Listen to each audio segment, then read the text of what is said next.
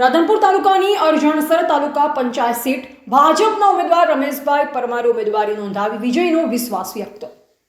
પાટણ જિલ્લાના રાધનપુર તાલુકાની અરજણસર તાલુકા પંચાયત બેઠક માટે ભારતીય જનતા પાર્ટીના ઉમેદવાર તરીકે રમેશભાઈ હરિભાઈ પરમાર ઉમેદવારી નોંધાવવાના પ્રસંગે મોટી સંખ્યામાં સમર્થકો સાથે હાજર રહ્યા, જેમાં કાર્યકર્તા અને સ્થાનિક આગેવાનોનો ઉમંગ જોવા મળ્યો. રમેશભાઈ પરમાર રોડ રસ્તા, ગામડાઓમાં પાકા અને ટકાઉ રસ્તાના નિર્માણ, પીવાના પાણી, ઘરે ઘરે શુદ્ધ પાણીની સુવિધા ઉપલબ્ધ કરાવતી, ગટર લાઇન, યોગ્ય ડ્રેનેજ સિસ્ટમ દ્વારા સ્વચ્છતા જાળવવી, સંપૂર્ણ વિકાસ, ગ્રામીણ સ્તરે અટકેલ તમામ વિકાસલક્ષી કાર્યો સંપૂર્ણપણે પૂર્ણ કરશે. ભારત માતા કી જય. આજે જે ભારતીય જનતા પાર્ટીએ અનુસૂચિત જાતિને સીટ આપી છે એ બદલ ભારતીય જનતા પાર્ટીનો ખૂબ આભારી છું. લવિંગજી સાહેબનો પણ ખૂબ આભારી છું. શંકરભાઈ સાહેબનો પણ ખૂબ આભારી છું. અને ભારતીય જનતા પાર્ટીએ અમારા ઉપર જે વિશ્વાસ મૂક્યો છે એ વિશ્વાસ અમે ક્યારેય તૂટવા નહીં દઈએ. અને એમની જે વિકાસની યાત્રા છે એ યાત્રાને અમે ખૂબ આગળ વધારીશું. જય હિન્દ, જય ભારત. ખૂબ આજે આનંદની વાત એ છે કે અમારા તાલુકા પંચાયત સીટના ઉમેદવાર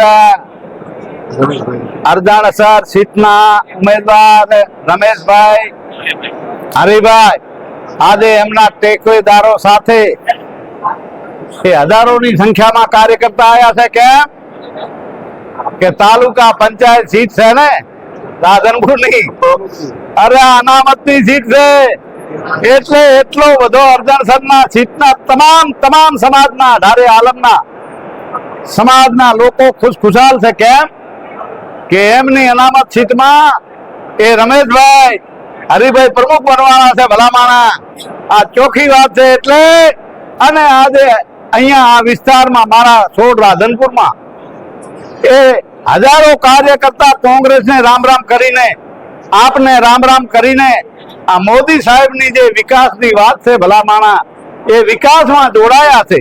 કેમ કે આ બધા જુઓ છો કે આ વિસ્તારમાં એ નર્મદા મૈયાનો પાણી, આ રોડ રસ્તા ધારાસભ્ય તરીકે મેં કોઈ બાકી રાખ્યા નથી.